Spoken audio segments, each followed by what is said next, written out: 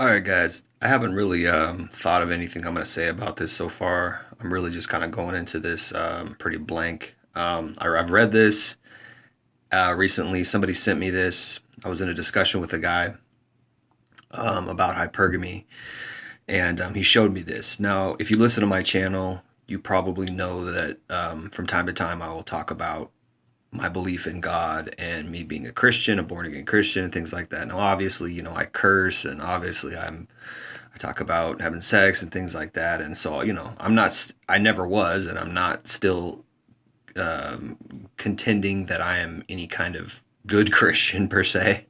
Um, but I have a background with Christianity. Now, this is something that I didn't know. Okay, now I've talked about my history, how I came to being a Christian and things like that, and it was part of me leaving the Matrix when I found God, and when I don't like to use the word converted, but when I got born again.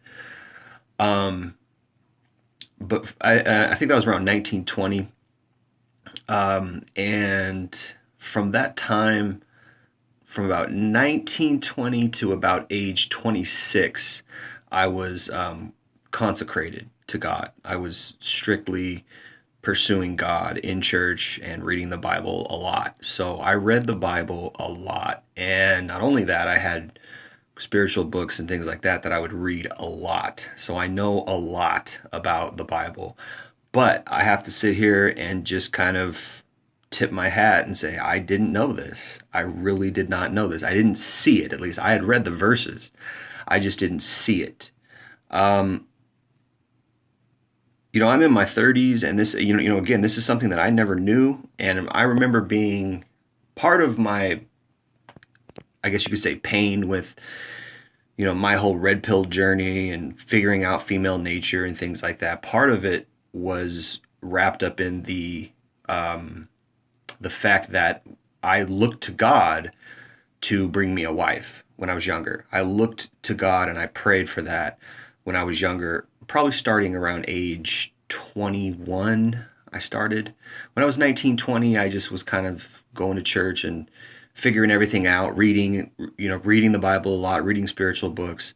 But I think when I hit about 21, I started to really feel the need to want a wife. Now, I have a little bit of a different background with wanting love and things like that, because I wanted love when I was like 16, when I first started like really wanting love. And I've always kind of loved women in a way. I've always kind of wanted love from women, even when I was young, even when I was like 8, 9. I think I had like 3 girlfriends when I was 8 years old.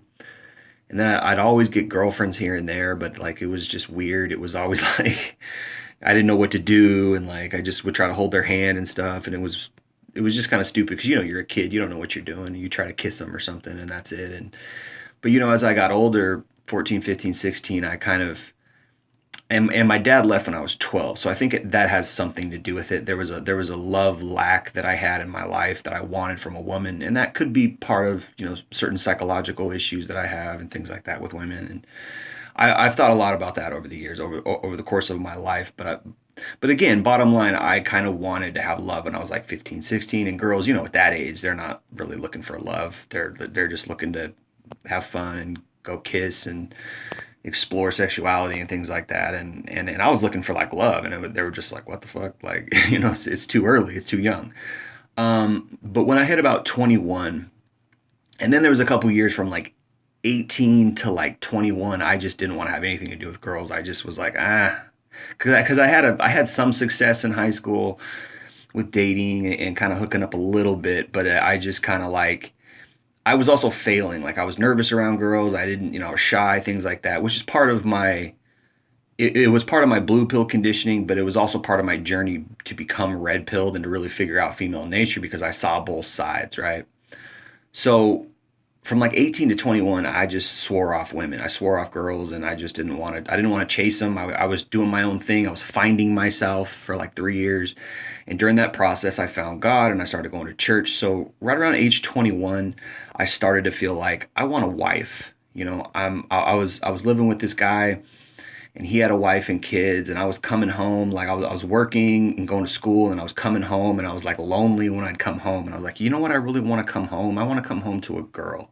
I want to come home to a woman. And I was like, maybe it had something to do with living with him, because he would come home and have a woman, and it was like satisfying. And like, I get that there's like some satisfying, that's satisfying. Like that's what a man wants. A man wants to go to work, do his job, get paid, have a home, come home to a home, and have a woman and kids, and that's like a beautiful thing. And it made I remember it made him so happy, and I was thinking like, yeah, it would make me so happy too if I had a woman to come home to. And because I remember coming home and like I was tired from work, and I'm like all drained and like, oh, I got work and got to go to school, and I'm coming home, and all I got's my freaking roommate who's a guy, and it's like, I want a woman, I want to kiss a woman, I want to make love to a woman, I want a family, and like that's how I was feeling at 21. And some would say that's too young, but that's how I felt when I was at 21. So I started praying for a wife. I started asking God for a wife, and then I sort of started to like, check out girls in the church and things like that, and that's when I learned that even girls in the church were hypergamous, because I didn't have a career. I didn't have a degree. I was going to school and I was working part-time. And that made up my day. That comprised my day. And I would talk to some girls here and there, and they just weren't feeling me. And then also I got the hint that like church is actually more, it's actually more hypergamous in church, because not only do you have to have a good job, a good career, but you got to be like real spiritual. You gotta like they want you to be real, like a leading, they call them leading brothers who are like real gung-ho and stand up and like, I love Jesus and woo woo woo and all this stuff. And it's like I was a little more reserved, but I was a deep thinker, right? So they didn't really, I feel like the girls that I was interested in didn't really, it was hypergamy. I was, here I was naive 21, thinking like, oh, well, girls in church will be different than girls in the world, right? And they are, right? I mean, girls in church probably are not out sleeping around. They're not out partying, you would think, but, people still do what they do, but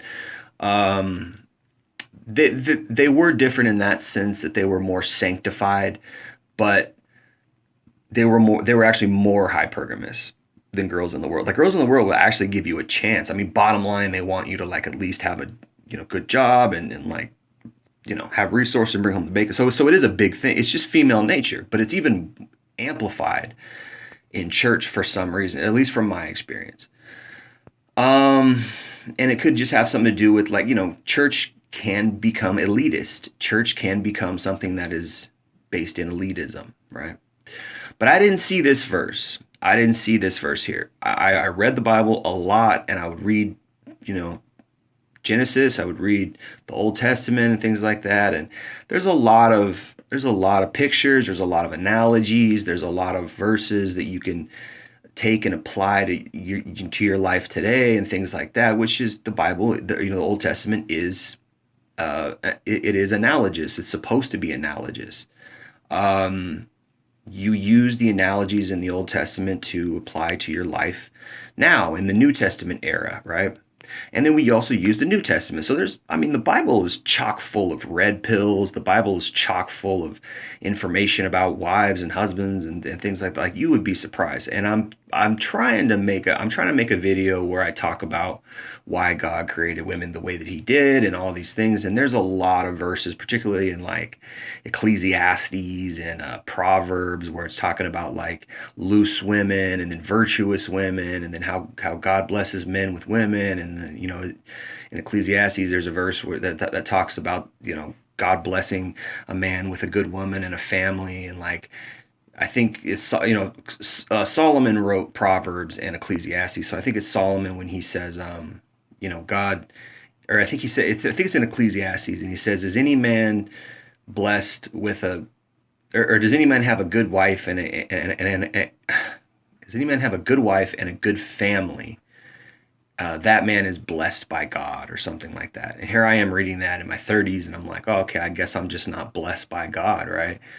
But there's so many ways to look at it, because, we got Job, the book of Job, where God, gives his servant suffering. And why does Job, And I've made videos on the book of Job, because Job is a fucked up book, really. It's a messed up book.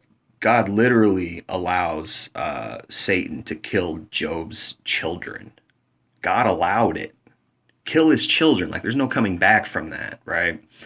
And that's something that I always thought was highly fucked up. And in my deepest days of suffering, over heartbreak and women, and my life being shitty, and my deepest days of just being in that sunken place, in that dark place, when I was really down bad, I would think of the book of Job, and I would think how fucked up that book is, and how God allowed that to happen, and how could a loving God kill his servant's children. I mean, that's about as fucked up as it gets. Like, okay, I could see, like, where, okay, robbers come and steal your land and pillage your riches. Okay, I get that. Like that's, you can come back from that. Like, okay, Job has this boils all over his body in that book.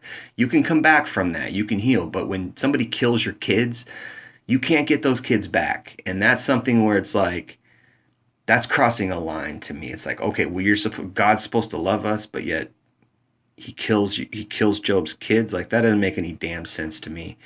It's a fucked up book. And there's other things in the Old Testament that are kind of fucked up. I mean, there's things that God does and did that I could never really reconcile. Over the years, I've argued with a lot of, like, atheists and things like that. And I used to. I don't anymore. I stopped doing that because it was just kind of fruitless and pointless.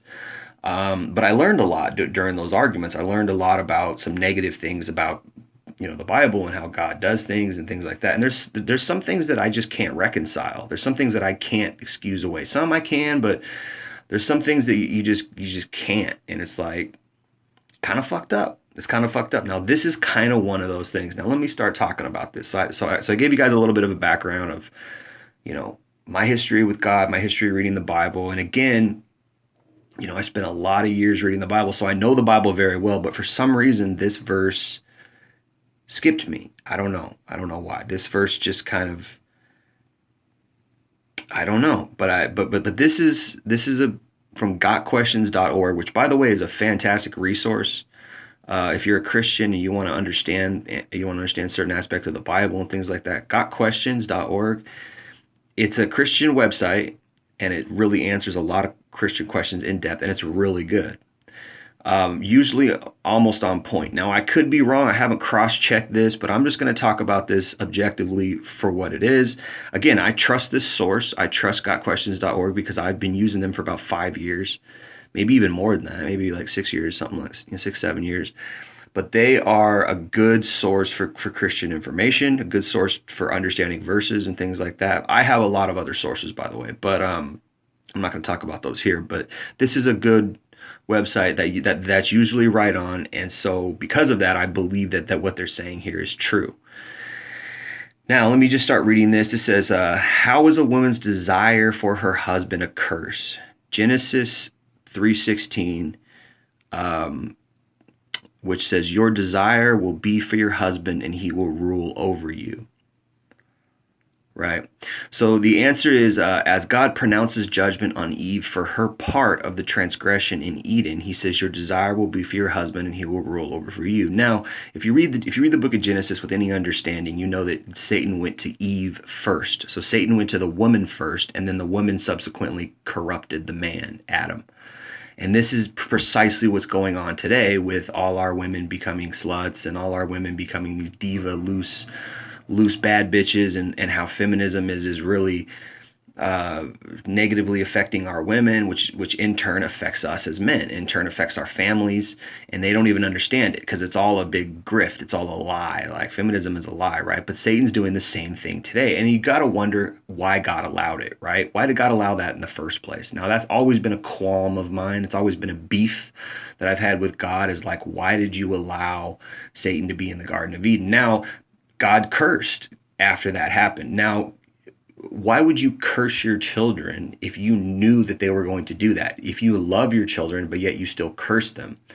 And then you have to look at it from a macro point of view and look at it from an overview and say, well, I guess it was all part of his plan anyways. He knew what he was going to do from the beginning. This was all part of it. It was all part of the plan, and it's for his kingdom eventually. It's for us. It's for us to experience certain things as Christians, go through certain trials and tribulations, go through suffering and things like that, so that we can gain him. If you read the New Testament, this is what Paul unveils in his epistles, right? Particularly Galatians, Ephesians, Philippians, and Colossians, right? Which is the heart of the Bible, or particularly the heart of the New Testament, but really the heart of the whole Bible, because it really unfolds what God's plan really is, which is that he wants to live inside man and grow in man and become man's expression, and all these deeper theological things, which a lot of people don't know, and even a lot of Christians and Christian theologians haven't figured out. So I've done this reading. I know that these things are true. The Bible, I understand the Bible very clearly,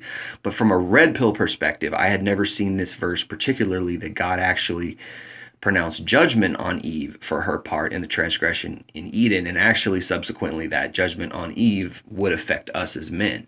And this is how. So he says, your desire will be for your husband, and he will rule over you. This verse causes some puzzlement. It would seem that a woman desiring her husband would be a good thing and not a curse, right? But let's go on. The Hebrew phrase in question does not include a verb and is literally translated toward your husband, your desire. Since this judgment is predictive, the future tense verb will be is added for clarity. Your desire will be for your husband. The most basic and straightforward understanding of this verse is that women and men would now have ongoing conflict. There you go, man. It's like, oh, it's not enough that we got sin, right? It's not enough that we were cursed and we got to go till the ground, right? Go read Genesis. This is what happens when Adam and Eve fell. God cursed us that we gotta go till the ground and toil. We gotta work 8 hours a day. We gotta sweat, and this is why and then eventually he cursed us later on in the book to where we wouldn't even live past 100. People used to live to 400, 500. Go read the book of Genesis, man. This shit is all in there, right? So it's not enough that we're just cursed with the monkey on our back of sin, right? We all got these sin like greed, lust. We all got proclivities and all this shit that's indwelling us, because that's what happened when Adam and Eve ate of that tree of knowledge. Satan entered into them. That's what happened. You can read this. This is all in the Bible, man. This is why people sin. People sin because that sin nature got put into them through that act of eating that fruit, right? So sin is actually a curse in its own way, because it's like, oh, I don't really want to go, chase girls or go to the strip club or follow my dick or like watch porn or be greedy or chase money or all these things that like, come up in me, right? I don't want to do those things. I want to just chill, be happy, enjoy God, enjoy my life, and maybe find love and like all these nice things that you would think. But then we got all these other bad things in us, right? So sin is a curse. It hounds us. It bothers us, right? Sin is a curse in and of itself. So that's not enough. God had to further curse us by not letting us live as long, and then he had to further curse us by causing us to work 8 hours a day, right? I mean, the Bible's deep as fuck. A lot of people don't understand the Bible, but it's deep as hell. The Bible is very, very deep. Again, I studied this for like at least 10 years. I mean, like from age 19 to I'm still studying now, so it's like, I'm still learning shit. I just learned this, and I didn't know. For some reason, I fucking overlooked this. But again, this gotquestions.org is a great website. So, let's see. The most basic and straightforward understanding of this verse is that women and men would now have ongoing conflict. Ding, ding, ding. There you go. It's a curse that God initiated. So the conflict that men and women have today is really not because of women. It's not because of Satan. It's because of God. God actually ordained that men and women would have conflict. That's nice. That's great. Good job, God. And it's funny, as I get older and I realize things a lot more pragmatically, I really don't, I don't like God that much, I'm just being honest. Like, even though, I have a great need of him. I need his provision. I need his help. I need him to make me feel better because I feel shitty a lot. I go and pray. I spend time in prayer so that I can get through my day and get through my heartbreaks and get through the pain that I have from shit going on in my life. But then you got to wonder, well, why do I have this pain in the first place? God ordained it. It was part of, there's verses in the Bible that say, like not a hair on your head can fall without God knowing. And he arranges all the things going on in our environment.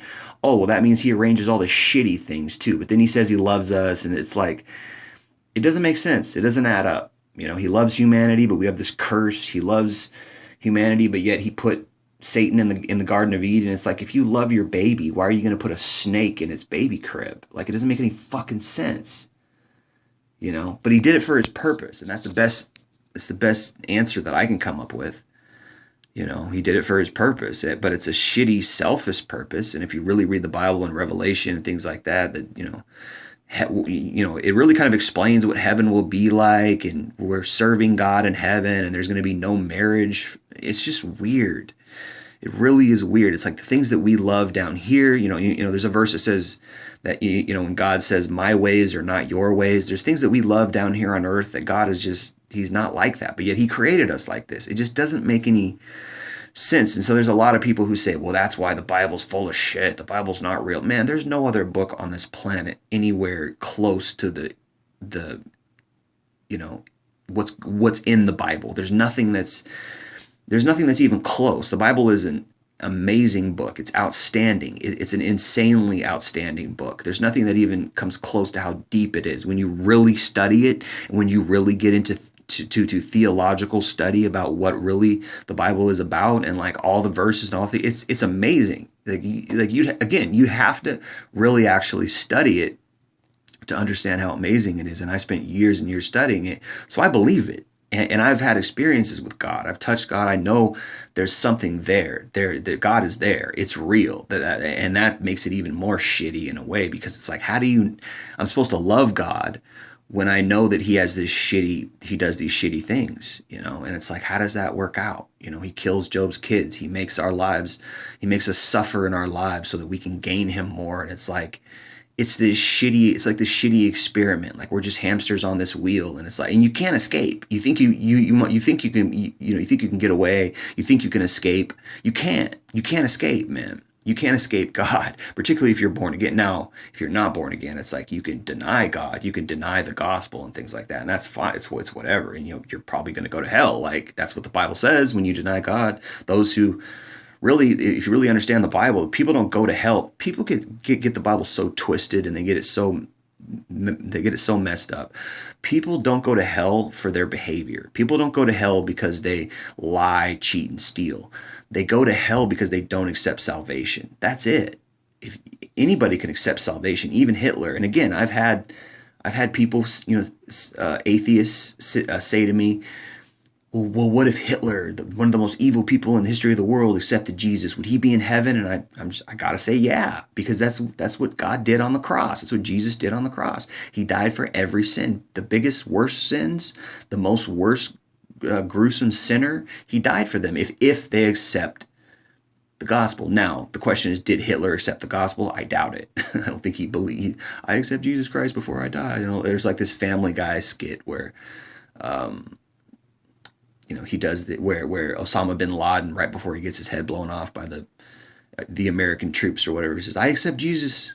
I accept Jesus Christ as my savior, right before. You can go look that up. It's a Family Guy skit. There he is in heaven because he accepted Jesus seconds before he got his head blown off. And it's like, it's true though. Like the dying thief on the cross accepted Jesus, and Jesus said, today you're going to be with me in paradise. Like, that's salvation. That's the power of salvation. It's true.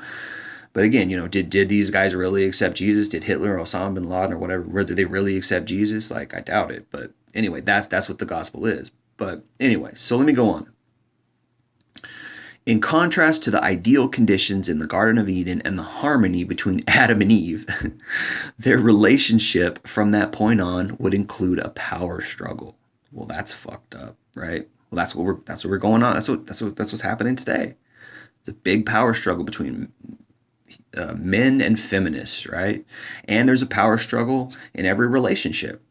This is why guys say, oh, she's shit testing you, and you got to hold your frame. We got to play this fucking alpha game where, like, we're kind of ruling over her. And it's like, why do I got to play that game? Oh, because God did it. Oh, because it's a curse. Oh, okay, now I know. And again, I don't even know this. This is all news to me, like in the last couple of days. And again, I've read the Bible a lot, but I've obviously been reading other things, and I haven't read this. The NLT translation makes it more evident. You will desire to control your husband, but he will rule over you. What the fuck, dude? You will desire to control your husband, but he will rule over you. Yeah, well, a lot of these guys today, these beta cucks, they're not ruling over their wives. You know, you'll desire to control your husband, but he will rule over you. A lot of these women are actually not are you know they're the ones actually ruling over their husbands. But I think that there's something in female nature as well that wants the man to lead. She wants him to rule. She really does. I believe this. Even though there's this power struggle and she tries to rule over him, I think that deep down she wants to be submissive. I think women deep down, they want to be submissive. They just don't know it, or they try to fight against it, or they don't even understand their own inner condition, which is sad, you know, because it's like God, I guess God did that. I guess we used to be in harmony, but then again, with this verse, God did that, right? So let's go on. God is saying that Eve would desire to rule over her husband, but her husband would instead rule over her. Replacing the mutual interdependent relationship the Lord had created was a desire for one spouse to lead the other. Sin had wrought discord. So on the one hand, he's saying sin is doing it. On the other hand, you know, it's part of God's curse, which again, that's kind of duplicitous. I don't know. You know, it's like, why did God allow that? Now, you know, this sentence here, replacing the mutually interdependent relationship the Lord had created. So apparently there was a mutually interdependent relationship that the Lord had created, which was pretty good. And it's going to talk about that here in a second. So it's like that was created, then sin wrought discord where the battle of the sexes had begun. Both men and women would now seek the upper hand in marriage. There you go, man. That's what's going on today. That's a depiction of what's going on today. The man who was to lovingly care for and nurture his wife would now seek to rule her, and the wife would desire to wrest control from her husband. Oh, that's great. That's probably why a lot of divorce happens. Well, thanks God. You know, thanks for putting Satan in the Garden of Eden. Good job, right? Like, how are we not supposed to be mad at you? It is important to note that this judgment only states what will take place. God says that man and woman will live in conflict and their relationship will become problematic. The statement he shall rule over you is not a biblical command for men to dominate women. Well, that's good to know, because there's a lot of guys out there who think that they're supposed to rule in a relationship and they don't, you know, they got it twisted. And I've always felt like that. Yeah, if you're going to have a wife and you're going to have a family, and you shouldn't want to rule over your family like a fucking tyrant, right?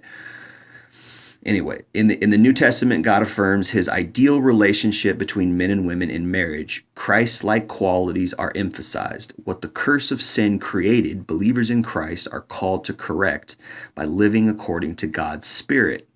Yeah, good luck. Ephesians 5 says that the wife should willingly submit to her husband's authority in the home. Good luck.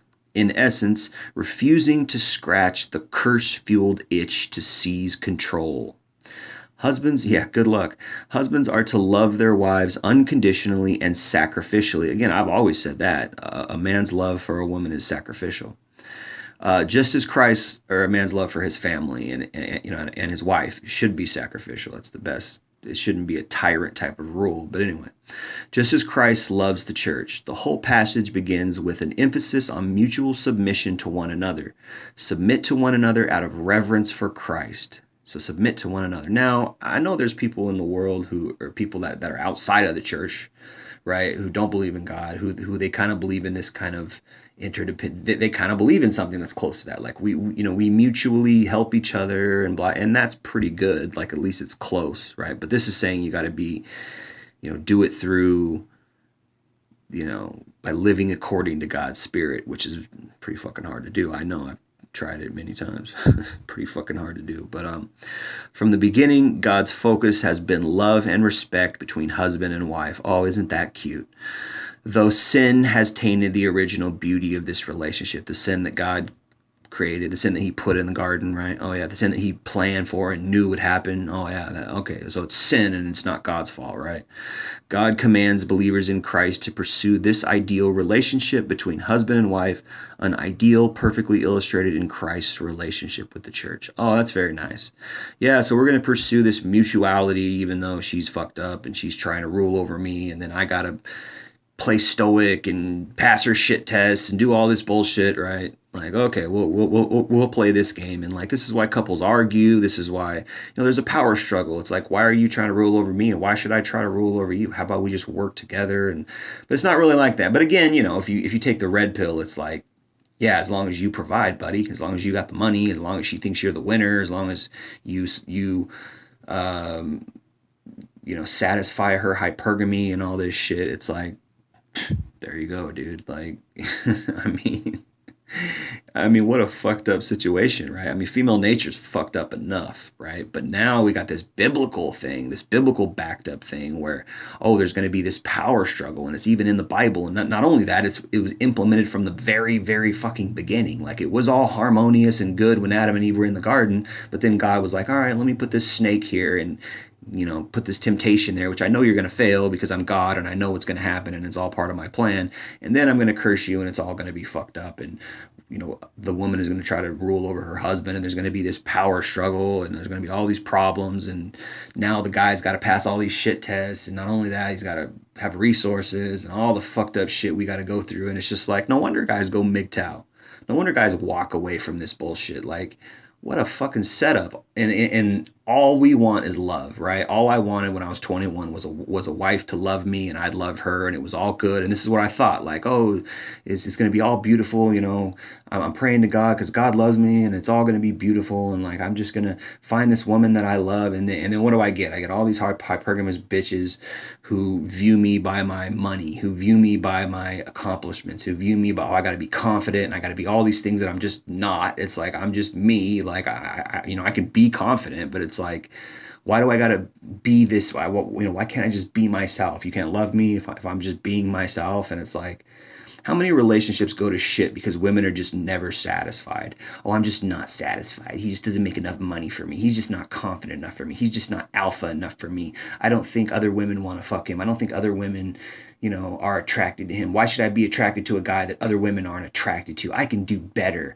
I can do better. Like there's that meme with the woman who's literally marrying Superman and she's thinking in the back of her head, can I do better than this guy? Like he's literally Superman and her hypergamy is saying, can I do better? Like all this shit that we have to go through. And not only that, God says that the wife is going to contend with the husband because it's a curse. It's just like, dude, why the fuck are we even here? Like what the fuck are we doing here? Like, can we have any happiness? Can we have, and not only that, you kill our kids to make us suffer because somehow that's going to glorify you. Like, in the book of Job, Satan killed his kids and God allowed it. God allowed Satan to kill Job's kids. It's like, you can't win. Like, not only are we going to suffer from women, we're going to suffer in our environment that God arranges for us. It's like, what the fuck is the point here, man? We can't have any happiness. We can't have any joy. In Ecclesiastes, it talks about how there's going to be, how life is full of suffering. And it's just like, why? Why do I, it's like, no wonder people just do drugs and check out of society, check out of life. Like, no wonder. They don't want to suffer anymore. They're tired of it. They want to be happy. And they can't be happy because the way the world is set up is evil and fucked up. And the way God's set up is evil and fucked up in its own right. It's just like, what's the point of all this, man? Like, dude, you're supposed to love us, but yet we have these incredibly fucked up lives. We have these incredibly fucked up curses that we got to go work 8 hours a day. I can't just, enjoy my life. I got to go work some job I hate. I think it's like 95% of people, maybe even higher, don't enjoy their job. They just do it for the money. It's like, this life is shit, man. This life is slavery. Like, what are we supposed to do? We're supposed to love you and think that you love us and God loves us. But yeah, we're just suffering all the time. It's like, no wonder people become crooks. No wonder people lie to get millions of dollars. No, because this life is shit, man. You can't even get a woman to really love us and support us. She's got to contend with us. Not only all the hoops we got to jump through just to get her interested in us. On top of that, she's going to there's going to be a power struggle. It's just like, what is the point, man? Like, come on. You don't love us. That's clear. That's clear enough. Like, you don't love humanity. Then why would you let us suffer? You don't love humanity. Why would you give us all these curses? You don't love humanity. Why would you put the snake in the garden? Right? Oh, so we could have free will.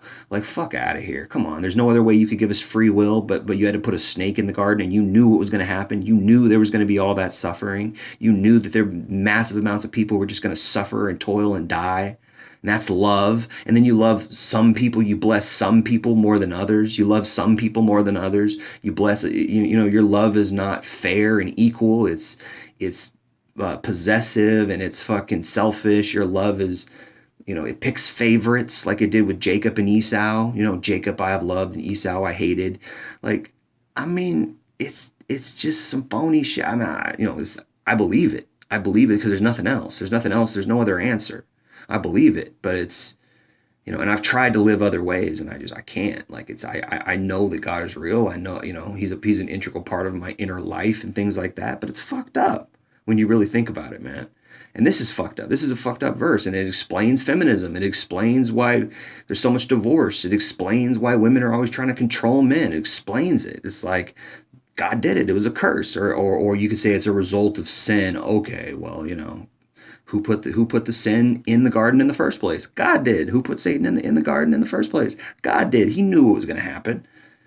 So it's like you can't you have no